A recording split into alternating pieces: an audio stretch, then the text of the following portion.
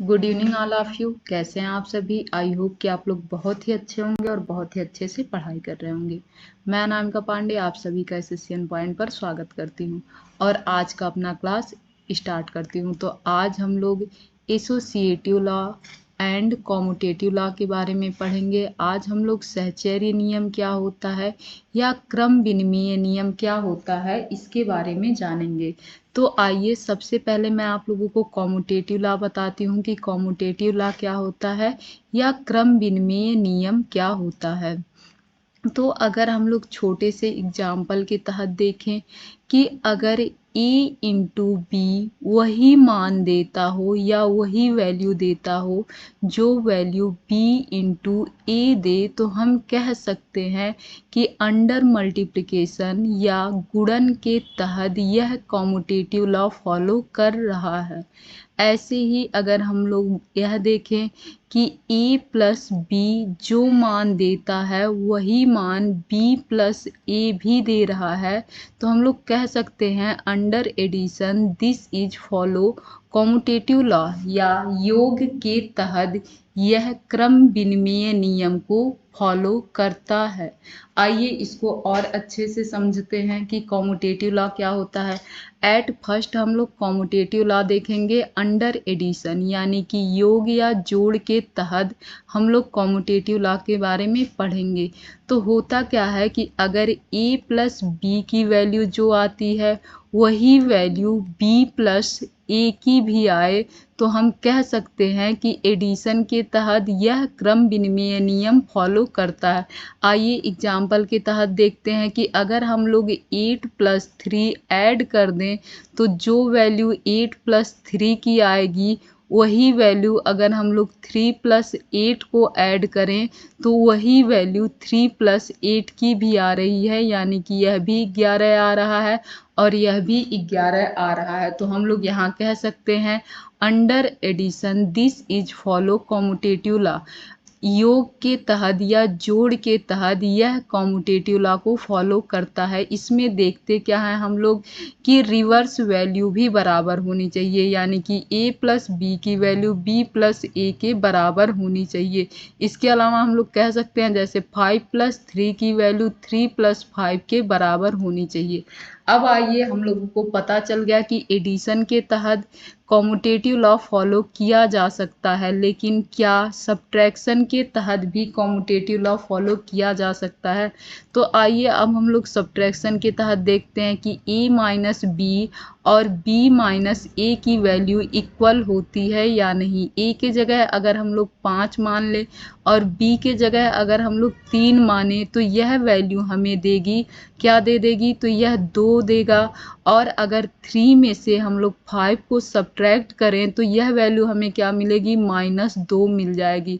यह एक दूसरे के बराबर नहीं होंगे। तो हम लोग कह सकते हैं कि under subtraction this is not follow commutative law. Subtraction के तहत यह कॉम्यूटेटिव लॉ को फॉलो नहीं कर सकता, यानी कि हम लोग कह सकते हैं कॉम्यूटेटिव लॉ सब्ट्रैक्शन फॉलो नहीं करता है। यहाँ हमें ये चीज़ पता चल गया। लेकिन अगर हम लोग देखें क्या मल्टीप्लिकेशन के तहत कॉम्यूटेटिव लॉ फॉलो किया जा सकता है? तो अगर हम लोगों को ये वैल्यू जो a इंटू बी की होगी क्या वही वैल्यू b इंटू ए की भी होगी?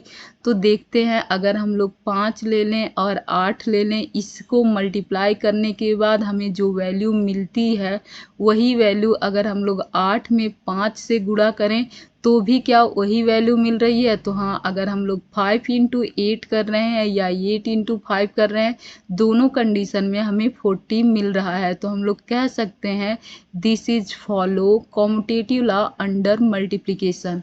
मल्टीप्लिकेशन या गुणन के तहत यह कॉम्यूटेटिव लॉ फॉलो करता है। अब हम लोग डिवीजन के तहत देखेंगे कि डिवीजन के तहत क्या यह कॉम्यूटेटिव लॉ फॉलो करेगा। तो पहले जगह हम लोग अगर 1 ले लें और इसे 2 से डिवाइड कर दें और दूसरे जगह 2 ले लें, इसे 1 से डिवाइड कर दें सॉरी, तो यह वैल्यू हमारी 1/2 आ जाएगी और यह वैल्यू हमारी 2/1 यानी कि 1 आ जाएगी। इसे जब हम लोग करेंगे सॉल्व तो यह वैल्यू हमारी 0.5 आएगी और यह वैल्यू हमारी क्या आएगी, 2 आएगी, जहां हम लोग कह सकते हैं 0.5 इज नॉट इक्वल टू 2। तो यहाँ से हम लोग कह सकते हैं कि commutative law under division is not followed. Commutative law division के तहत फॉलो नहीं करता। हम लोग कॉम्यूटेटिव लॉ क्या क्या किसके किसके तहत फॉलो कर सकता है या कॉम्यूटेटिव लॉ कब कब हो सकता है, तो एडिशन के तहत हो सकता है, मल्टीप्लिकेशन के तहत हो सकता है, बट सब्ट्रैक्शन एंड डिवीजन के तहत नहीं हो सकता। अब हम लोग यहाँ एग्जाम्पल में एडिशन के ही तहत देखे थे, जहाँ पर हमें पता चलता है कि अगर a प्लस ए में b को जोड़ें या a में b को ऐड करें या b में a को ऐड करें, दोनों वैल्यू हमारी क्या होगी, बराबर आएगी। तो हम लोग कह सकते हैं कि यह कॉम्यूटेटिव लॉ फॉलो करता है। एग्जाम्पल में हमने क्या लिया था, 4 + 5 लिया था, फिर यह वैल्यू भी हमारी 9 के बराबर हो गई और 5 + 4 जो वैल्यू थी यह भी 9 के बराबर हो गई। तो हम लोग कह सकते हैं कि एडिशन के तहत कॉम्यूटेटिव लॉ फॉलो किया जा सकता है, बट और साथ में मल्टीप्लिकेशन के भी तहत, लेकिन सब्ट्रैक्शन एंड डिवीजन के तहत नहीं किया जा सकता। यहाँ पर मल्टीप्लिकेशन के तहत है, तो मल्टीप्लिकेशन में मैं आप लोगों को बताई थी, अगर a में b से मल्टीप्लाई किया जाए या b में a से मल्टीप्लाई किया जाए, दोनों कंडीशन में वैल्यू सेम आती है। जैसे 6 में 7 से मल्टीप्लाई करें फिर भी हमारा 42 आएगा और 7 में 6 से मल्टीप्लाई करें तब भी हमारा 42 ही आएगा।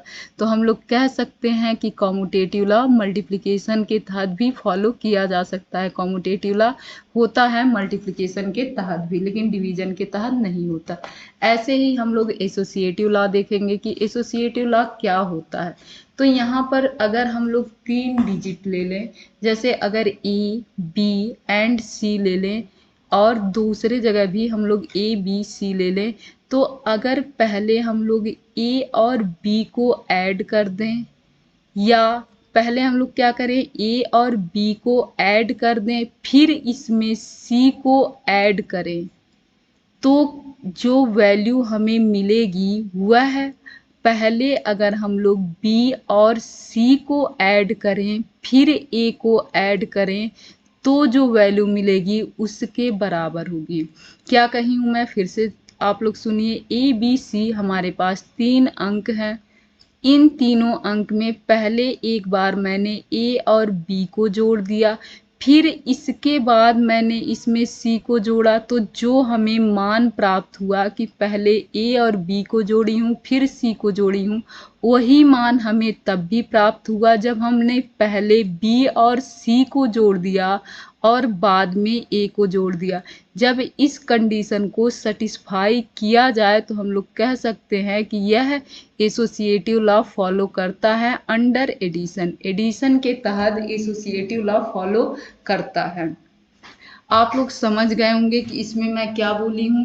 फिर से एक बार मैं समझाती हूँ, आप लोग समझिए कि अगर मैं ए और बी को पहले जोड़ दूं फिर इसके साथ सी को जोड़ूं, या बी और सी को पहले जोड़कर इसमें ए को जोड़ूं, दोनों कंडीशन में अगर वैल्यू बराबर आती है, मान बराबर आता है, तो यह एसोसिएटिव लॉ फॉलो करेगा। एग्जाम्पल के तहत हम लोग देखेंगे, जैसे एग्जाम्पल में अगर मैंने ले लिया 7 और दूसरा हमने ले लिया 2 और तीसरा ले लिया 5, और यहाँ भी हमने 7 ले लिया, 2 ले लिया, 5 ले लिया। पहले हम लोग क्या करेंगे, 7 और 2 को जोड़ेंगे। किसको जोड़ेंगे, 7 और 2 को जोड़ेंगे, फिर हम 5 को जोड़ेंगे। 7 और 2 को जोड़ेंगे तो हमारी वैल्यू कितनी आई, 9 आ गई, और जब 9 में 5 जोड़े तो हमारी वैल्यू 14 आ गई। अब ऐसे ही हम लोग यहाँ क्या करेंगे, पहले 2 और 5 को ऐड कर देंगे।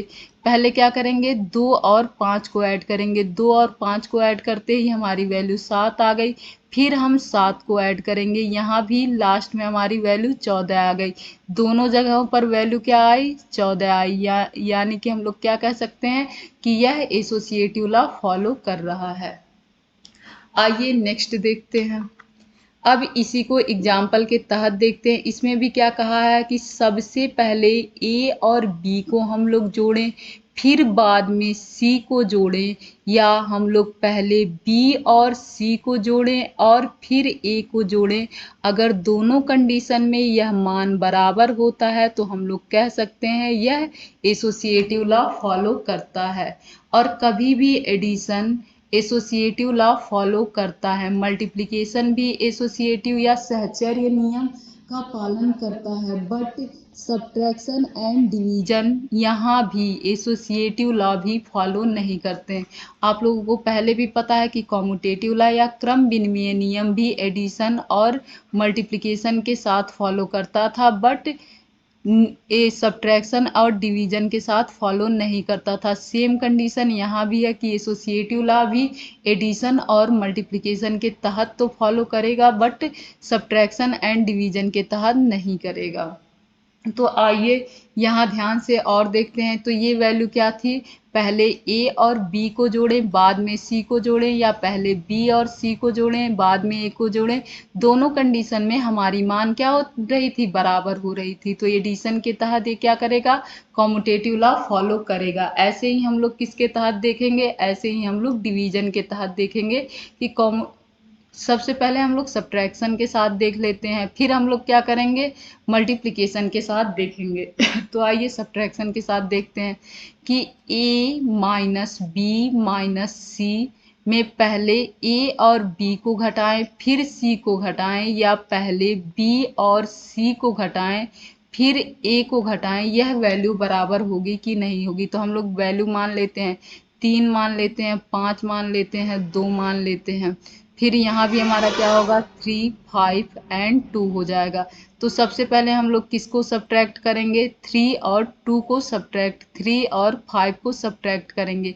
यह वैल्यू हमारी कितनी आ जाएगी सॉरी, यह वैल्यू हमारी कितनी आ जाएगी, यह वैल्यू हमारी -2 आ जाएगी। और फिर इसमें हम लोग -2 सब्ट्रैक्ट करेंगे तो यह वैल्यू हमारी -4 आ जा रही है। यहाँ भी हम लोग देखेंगे, सबसे पहले हम लोग 5 और 2 को सब्ट्रैक्ट करेंगे, फिर हम लोग 3 को सब्ट्रैक्ट करेंगे। तो 5 और 2 को सब्ट्रैक्ट करते ही हमारी वैल्यू कितनी आ गई, तो 3 आ गई। फिर इसके बाद हम लोग 3 को सब्ट्रैक्ट करेंगे, इधर हमारी वैल्यू क्या आ गई, 0 आ गई। तो हम लोगों को दिखा क्या कि यह दोनों जगह क्या हुआ, बराबर नहीं हुआ, यानी कि सब्ट्रैक्शन के तहत एसोसिएटिव लॉ फॉलो नहीं करेगा। आइए मल्टीप्लिकेशन के साथ देखते हैं कि मल्टीप्लिकेशन के साथ क्या होगा। तो मल्टीप्लिकेशन के साथ अगर देखा जाए तो हम लोग कह सकते हैं कि अगर a में b से मल्टीप्लाई किया जाए फिर इसमें c से मल्टीप्लाई किया जाए, तो अगर वही मान दे जो मान पहले b और c से मल्टीप्लाई किया जाए फिर a से मल्टीप्लाई करने पर दे, तो यह एसोसिएटिव लॉ फॉलो करेगा अंडर मल्टीप्लिकेशन या मल्टीप्लिकेशन के तहत। यहाँ एग्जाम्पल से हम लोग समझते हैं, 3 ले लेते हैं, 2 ले लेते हैं, 5 ले लेते हैं। यहाँ भी हमारा क्या हो जाएगा, 3, 2, 5। सबसे पहले मल्टीप्लाई किस में करेंगे, 3 और 2 में मल्टीप्लाई करेंगे, फिर 5 में मल्टीप्लाई करेंगे। तो ये हमारा कितना हो जाएगा, 3 2 जा कितना होता है, 6 होता है, इंटू 5 होता है। यहाँ पहले 2 और 3 में 2 और 5 में मल्टीप्लाई करेंगे, फिर हम लोग 3 के साथ मल्टीप्लाई करेंगे। तो ये हमारा 2 5 जा 10 हो जाएगा, इंटू 3 हो जाएगा। अब यहाँ जो हमारी वैल्यू आई कितनी आई, 30 आई। यहाँ भी क्या वैल्यू आई, 30 आई। तो यहाँ पर देखा जाए तो दोनों जगह सेम मान आ गए। तो हम लोग कह सकते हैं कि एसोसिएटिव लॉ फॉलो करता है मल्टीप्लिकेशन के तहत, यानी कि it is followed associative law under multiplication. यहाँ एग्जाम्पल में भी आप लोगों को दिया हुआ है कि अगर a में b से मल्टीप्लाई किया जाए फिर c से मल्टीप्लाई किया जाए, या पहले b और c में मल्टीप्लाई किया जाए फिर a में मल्टीप्लाई किया जाए, अगर दोनों कंडीशन में वैल्यू सेम आती है तो हम लोग कह सकते हैं कि यह एसोसिएटिव लॉ फॉलो करता है। जैसे एग्जाम्पल में आप लोग देख लीजिए, सबसे पहले 2 और 3 में गुणा हुआ है, यह 6 आया है, फिर 4 में गुणा होते ही ये कितना आ गया हमारा, 24 आ गया। यहाँ पर पहले 3 और 4 में गुणा होके 12 हुआ है, फिर गुणा होके 2 में यह 24 आ गया। दोनों तहत क्या किया है, मल्टीप्लिकेशन के तहत यह दोनों वैल्यू सेम आए, जिससे हम लोग कह सकते हैं कि यह मल्टीप्लिकेशन के तहत एसोसिएटिव लॉ फॉलो करता है। लेकिन सब्ट्रैक्शन और डिवीजन फिर से एसोसिएटिव लॉ फॉलो नहीं करते। एडिशन एंड मल्टीप्लिकेशन तो फॉलो करता है, but subtraction and division follow नहीं करता है। मुझे उम्मीद है कि आप लोगों को यह क्लास समझ में आई होगी। अगर यह क्लास समझ में आई हो तो please like share and subscribe जरूर करें, और कमेंट बॉक्स में कमेंट भी कीजिए कि आप लोगों को कितना समझ में आया। धन्यवाद।